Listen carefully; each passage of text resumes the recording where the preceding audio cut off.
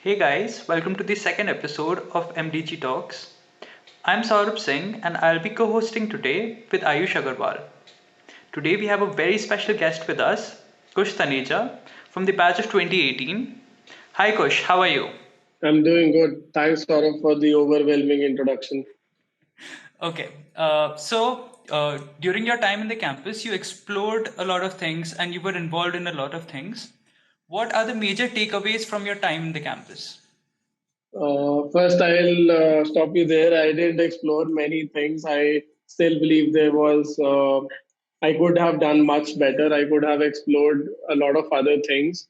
But as per professional sense, in terms of figuring out what to do, do a job or not, that I think I explored a bit. And my key takeaways would be that I never stopped learning. I don't know from where it came. It was very random, but my priority was to learn whatever decisions I took. For example, joining a group or maybe going to an internship. It was never like I'll get a higher stipend or I'll be with my friends in Bangalore or Gurgaon. It was mostly towards uh, for example, for me, it was like I wanted to understand how startup works and I wanted to connect with founders there. So I closely evaluated if the founder is good, if the company is good. Uh, what will I get if I went there after 3 months? What will I extract? So those things were very clear to me from the day one, and so decision making was the key, and in that learning should be the priority one. That is one takeaway. And second is we should never give up while in college. People say that you can't do stuff being in college, but there are definitely exceptions and rare cases, and people really love to work with college grads. So the second thing is believe in yourself before people believe in you, or to expect from people to believe in you. You should believe in yourself. So whatever you're trying to do, you should believe first that you are capable enough to do that, and you can definitely nail it. Yeah. Okay. Yeah, that's great, Kush. So our next question is like, when did you first realize that you're going to do a startup? Like, rather than taking a 9 to 5 job, how did you like what what thing motivated you to pursue your own startup and go for it? Yeah. Okay, so the motivation part was more because of IIT Roorkee and their alumni and the exposure we got. So that is the kind of culture we get at IITs and prestigious institutes like us, that you get a confidence that people have already done it and you can also achieve it. Regarding the realization part, uh, I guess it took around 3 years. From the first year, obviously everyone dreamed to do something. And for me, it was not research, it was a startup, of course. I wanted to be an entrepreneur. So from the day when I came into college and I did a lot of experiments, I don't count them as startups, but yeah, they were kind of startups from the first year, asking my friends to work with me, work hard to achieve something. But again, it was all failures and learnings. But when in third year I never took money from my parents in terms of paying my bills or paying any fee or stuff. So at the end of third year, it was very clear that survival is not hard.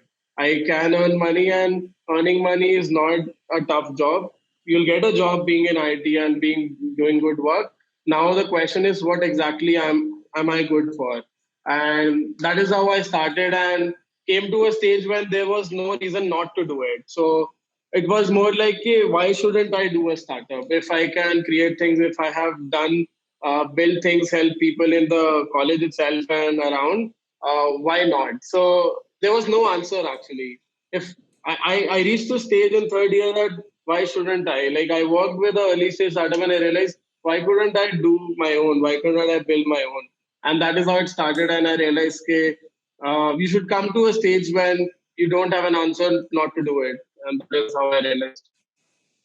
And I was obviously exploring a lot of things from engineering to design to product to working directly with founders, even if I had to onboard interns per se. But I have done a lot of things which might not be of my interest, but my aim was to explore and observe. Yeah. Okay, so we know that after your fourth year, you went to the YC school.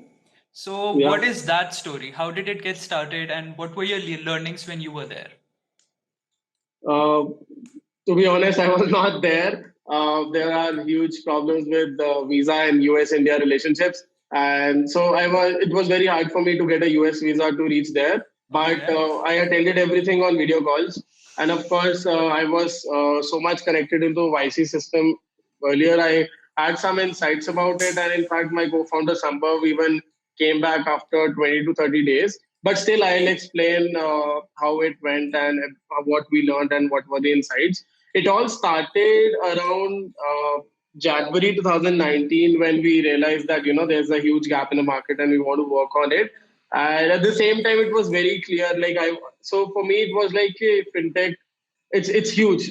It's very hard to imagine being in college making a payments company. It's literally printing cash, right? So there are 100 responsibilities upon you. So I directly went to FamPay as an intern, skipped college, midterms and stuff, and I tried to understand how those guys have set up the company, what was their struggles, and how actually a company like FamPay works. So after that, I was very clear that nobody will allow me to build a fintech company being in college, because a lot of people who are in fintech right now either have more than 2 to 4 years of experience in banking industry, on especially in startups. So it was very clear that either I need to validate my proposition so that I get a huge traction of users like Facebook and other startups did, and investors came to you, you have money, and now nobody can stop you. The other thing is you need someone big in the industry who can believe in you. If they believe in you, people will listen to you, because IT tags and being in college might not work. Nobody will reply on mails, and I initially tried to reach out to people, and a lot of people ignored just because of that. Because I'm a fresher and obviously I don't know the fintech terms. I really don't know that. I assumed ke ek raat mein we'll code and we'll be live next week and we'll test with users. But the fintech industry tells you that it comes with a very expensive licenses plus regulations plus approvals from banks and government. So that is how we learned through that. But I was clear कि या तो validate करो या फिर get briefed by someone big in the industry.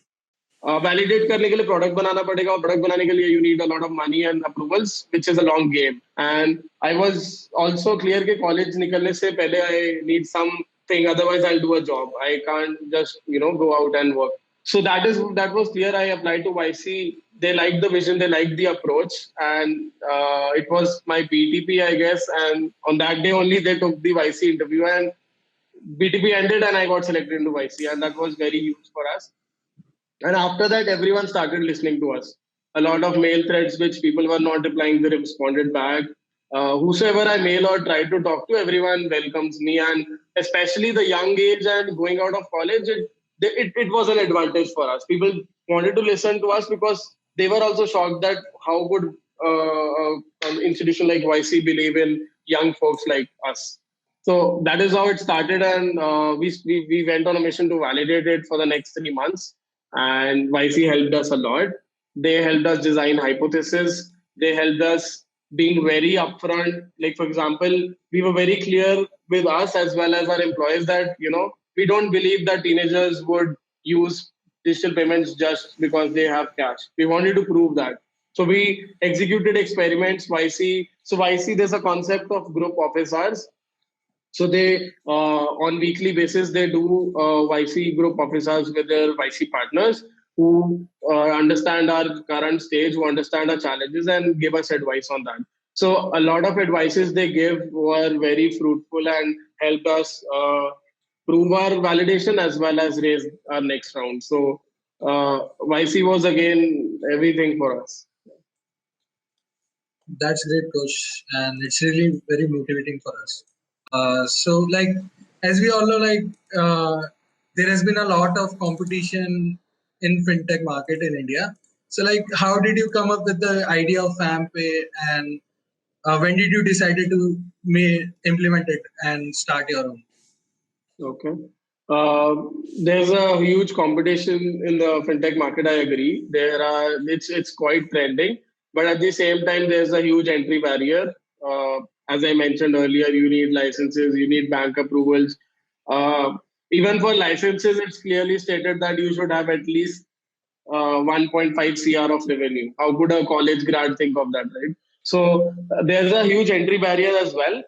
But coming to the part, how do I realize that I should work on FamPay? That was again from the fact of taking a decision, doing a startup or a job.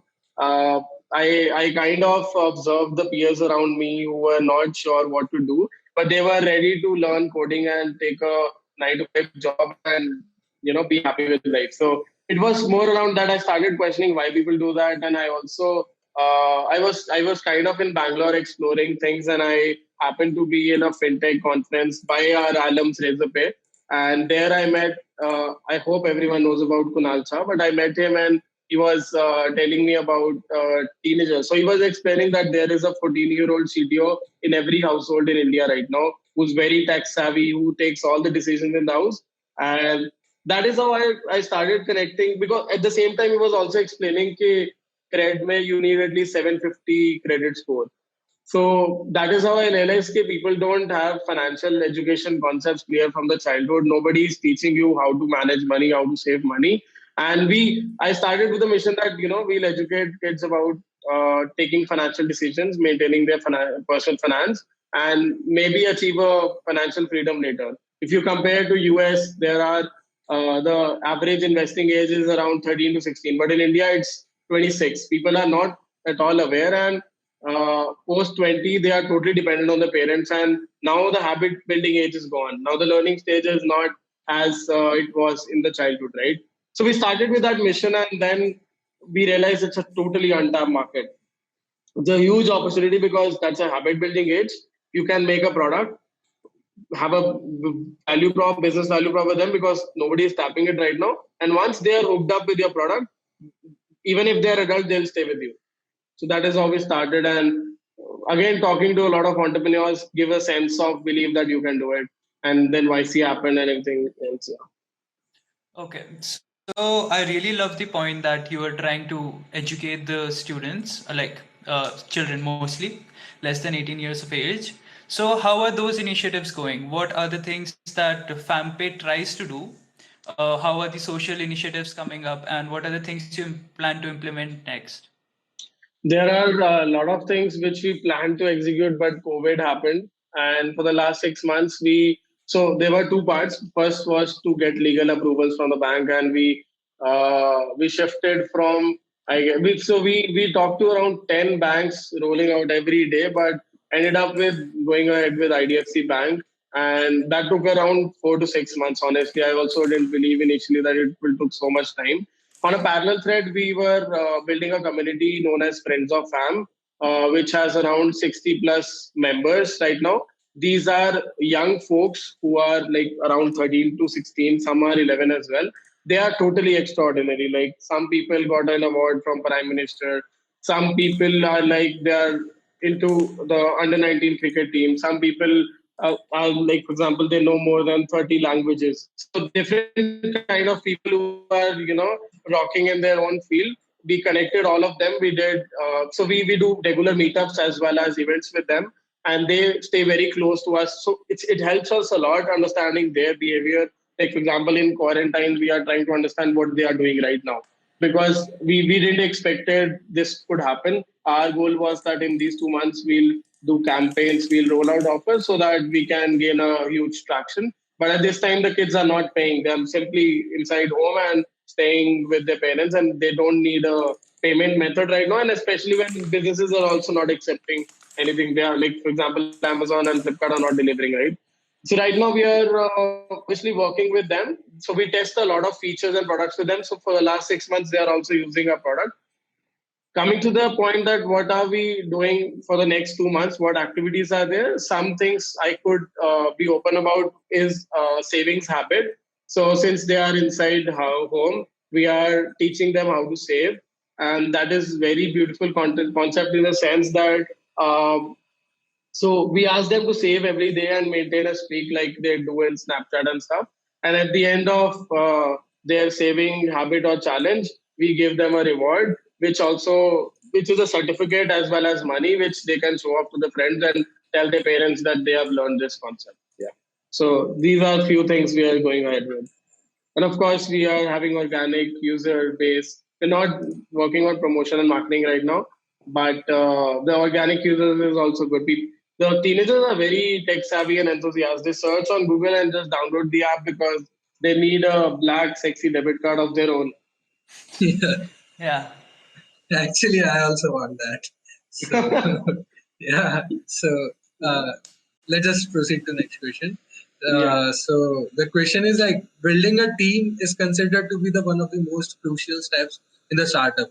Yeah. And so, like, can you tell our audience like how did you choose your team and like the most important, the building the team. How did you make it happen? It's the hardest question you asked, and honestly, well, like I used to believe everything is easier and stuff, but hiring is not. I have for FamPay itself, I've tried working with more than 50 people, but as you can see, we are not more than 10 full-time people right now. So it's hard, and it's gonna be harder as coming time. But for me, it was a bit, easier than others because first YC was there.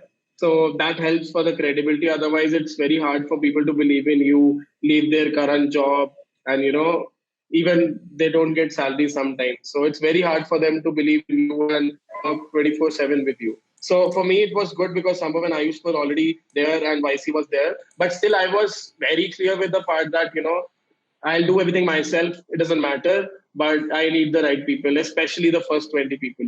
They should be my clones. They should speak our vision and they should love FamPay as I do. It should be their child, and that is how it proceeded. Uh, Post YC as well, 3 months, I interviewed around 500 candidates, but I didn't hire a single one. That the most important reason was that people were not clear why they want to work with us. They were they were like, I just want a job and that's it. And that's not how they could be with me on a mission. And I would be wrong expecting them to work 24/7 with me. So I worked on my own product at that time for 3 months. I only coded. Nobody believed at that time, and whosoever comes up was not very clear with why he want to work. And most of all, like it's very hard to find the best candidate out there. And we were very clear that it's fine. We'll until unless we don't go big, we don't validate. It doesn't matter. We'll work on our own. So we were three people until August, like until YC end. We were three people only, and we were doing each and everything. And we thought, okay, until we do the next round, let's not do hiring because there was like very less supply out there, and you waste up around each candidate take you around 2 to 3 hours. So my takeaway was that first you be very clear why you want to hire someone, be very clear what you expect from them, at least for the next 1 year. And if it is an early stage startup and if you expect them to join your mission, they should be very clear with that and they should be ready to leave each and everything they have right now on the table. So that is how it proceeded, and we raised our funds. Even we were three, and post that, a lot of our friends also believed in us later, and they joined us. So it helped. People I worked with since last 4 years joined me. So 6 people, all friends. We have a lot of fun, a lot of work, and we work 10x better than a 50 people team just because of that. Because we know each other, and everyone is so much driven now. Considering that we have seen all the bad time earlier as well. So so that is how it proceeded. So first and foremost advice would be hire your friends, convince them because everything else is a part. The only thing that matters is you should be driven and people together who sync up should work together. So hire your friends if possible, ask them to join you on the mission. And secondly, don't compromise the quality until you grow up to 10 or 20. It's still hard. Like 10 is also hard. I'm still figuring it out how to get the next 20 rock stars here. But be very clear with the quality. Obviously, you have to set the example. You also have to be an example for them. You have to prove that what you're doing is right. You have to validate it. You have to prove that this quality is required and stuff. So, yeah, you should be very clear with what you want, what you expect. Second is you should hire friends if you can. You should just ask them to work with you. Yeah. Okay. Well, our next question is being a leader and a co founder must be very hectic. So, how do you go about managing your day? And do you find any time for your extracurriculars, anything? Yeah. So first I'll answer your question. Yeah, it's totally hectic. You are on a mission and you are sacrificing each and everything you have. You have to be ready. Of course, you can manage time. Of course, you can take out time for yourself. But when you are subscribing to this, you should be very clear that you're ready to leave whatever you have right now. So for me, I don't have a assistant as of yet, but what I do is I'm very strict about calendars. So that helps me a lot. If I'm even communicating with let's say my friends as well, I try to book it on calendar so that I'm sure how I'm managing my time. So procrastination, I can't do it. So I don't have time, and so I keep myself so much booked around that you know that keeps you at a level that you perform better as well. You are efficient automatically when you are jumping onto meetings. You are either coding or either planning stuff. So every day is kind of work, but it's total mess. It's total ambiguity. It's still hard and will remain harder. Coming to the point of personal things, I try to take out time. For example, for me, personal things would be cooking and gymming specifically, which I love to do in my free time. Earlier, I used to do it every day. Now I just get a Sunday for it, and that is also 3 months back. Before that, for the first 6 to 8 months, I was not able to cook or do gymming in fact, I used to talk to my parents once a week. I was so much involved. Like we don't have a clue about what time is it. We are totally into work. So that is how it all started. But now gradually you get time. So now I have Sundays with me. And because of Corona, yes, I get a bit more time now. And as soon as the team grows, you have less executional work and more managerial work. And if you're good at that, it becomes more easier.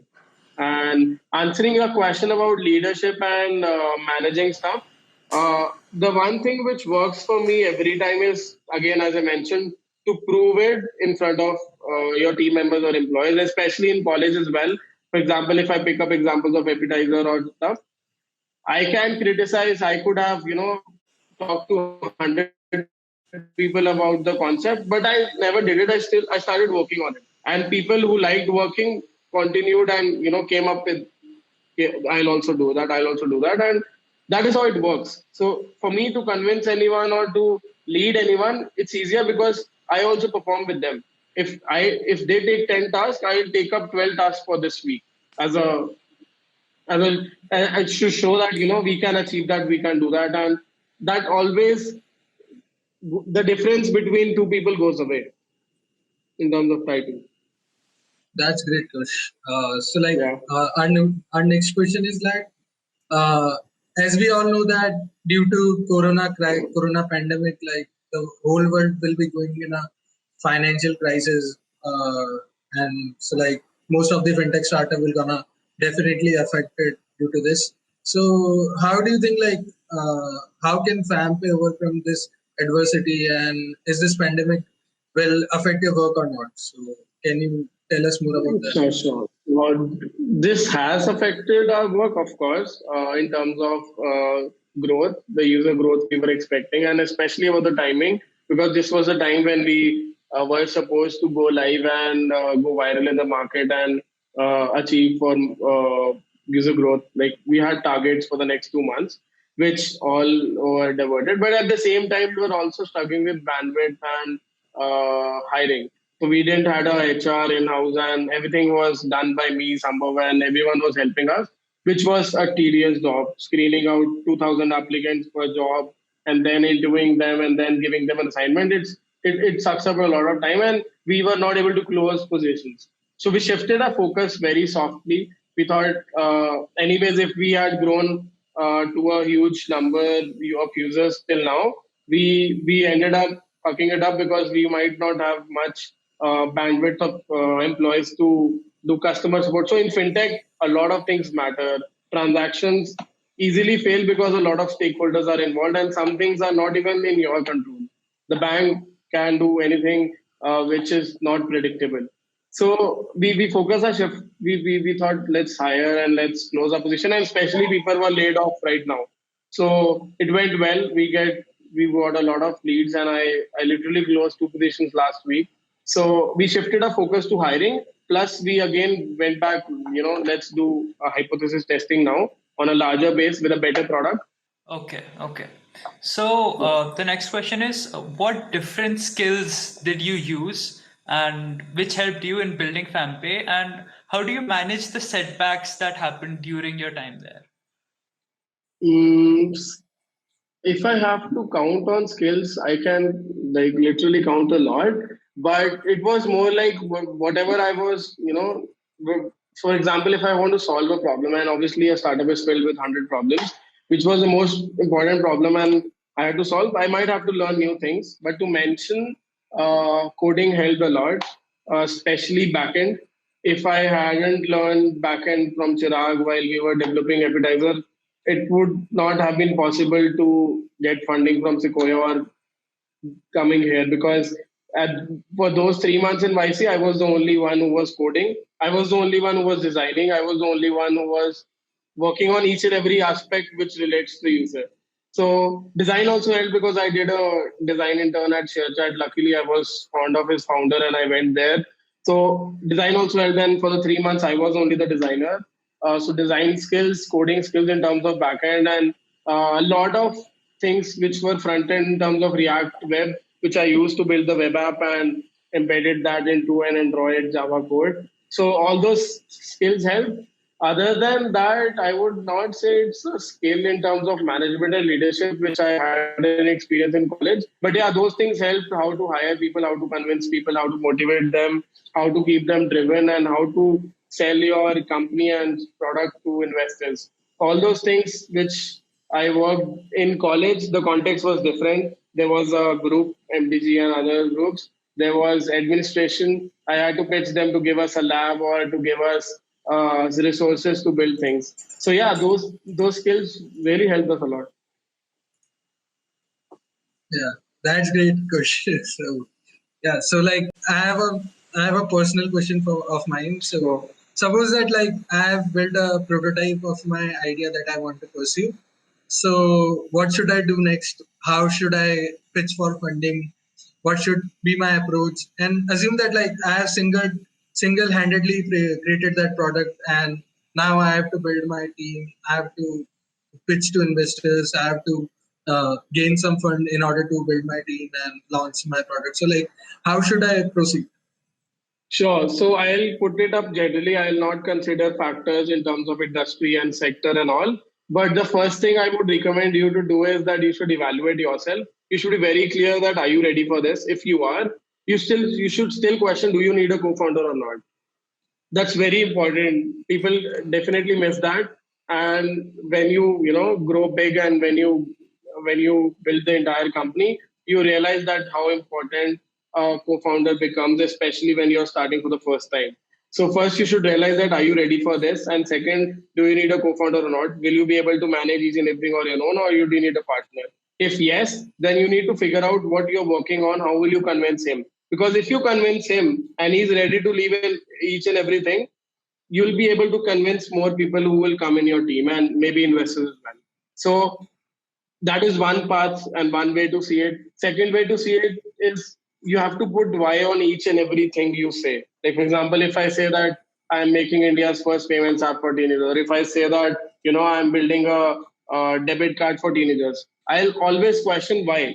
I'll for that why I'll say that because they are bounded to take physical cash from parents. So I'll ask again why cash is a problem. Why do you think that it is needed? So you have to dig deeper and question each and everything up to you come to a stage that that is a fact. Now that is how it is. And once you're clear with that and you go ahead with pitching to the founder, you realize that there are 100 struggles, 100 hurdles. And of course, if the co-founder convinced very easily, I'm not sure if you are looking at the right co-founder, because he should really evaluate you. He should really question you each and everything you're working on. And post that, once you have him on board, your goal is simple. You have to validate the hypothesis. Whatever you are stating, obviously you have concepts, you have 5 whys answer to you, but you have to prove it. To prove it, there are 100 ways. For some sectors, it is traction. For example, social media content. For example, company like a YouTube or where there are question answers. The content companies may be vernacular as well. These sectors need traction. If you don't have traction, if users don't love your product, you can't go out of maybe raising funds or making money for that sake.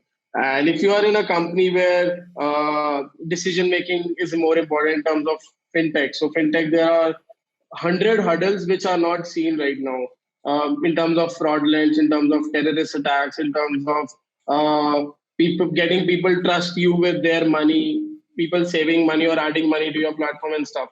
So in that case, people generally want your decision making skills. People generally want your risk taking abilities, your vision that if this happens, what to do and what to not. So at that stage, in these sectors, like for example, if you go for satellites and stuff, in these things, obviously technology matters, but also people and investors try to evaluate how do you see the vision and do you have a plan B, C, D or not? Are you ready to fail or not? So all those things you have to answer yourself, and post that, I guess you're good to go. And this is all very automatic. For example, in some industries, you don't even need investments. For some startups, the revenue is from the day one, and your goal is to increase as much as revenue you can so that you don't even need funding from investors, right? So it totally depends on the idea, but you should be very clear that the stage begins with you convincing yourself, you convincing your co-founder, you validating the hypothesis. And if the hypothesis is proven, now you want to grow and that growth needs money, you can definitely reach out to investors. And if you are very much clear and the last three steps were correct, you'll get money, and post that you can definitely build up what you want and grow users and go a big company and make things for people who want.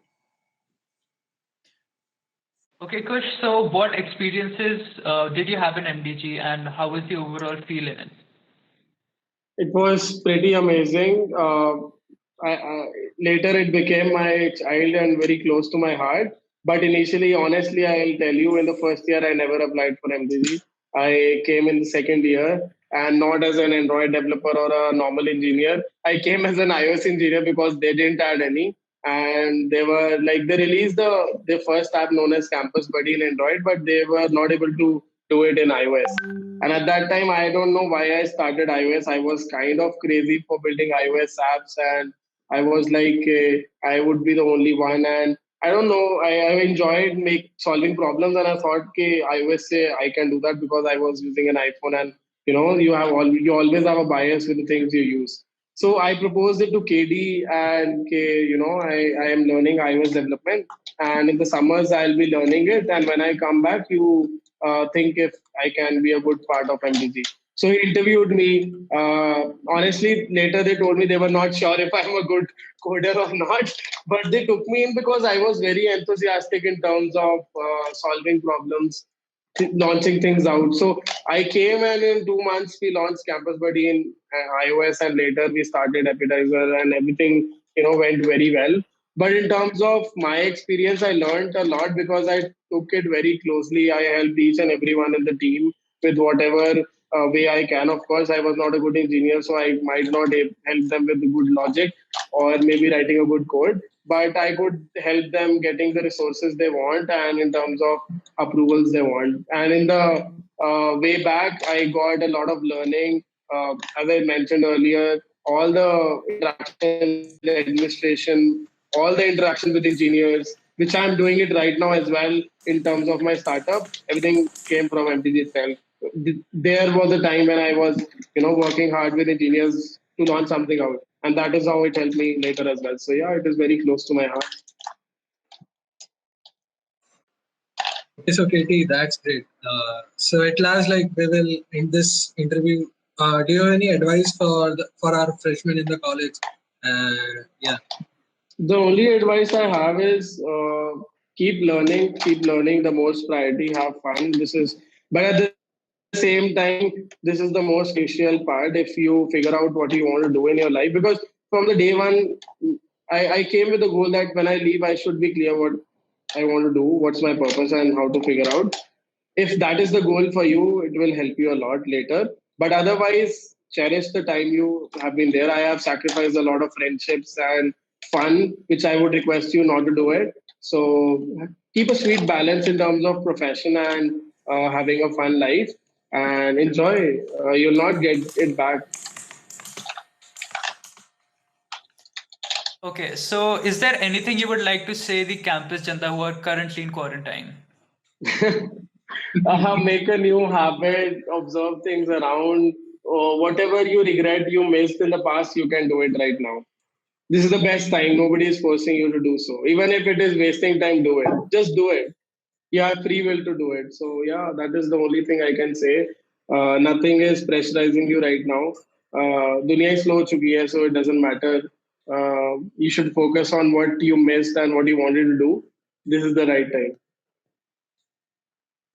Okay, so that's Yeah, great, Kitty. Thank you for having with us. yeah. Thank you, guys.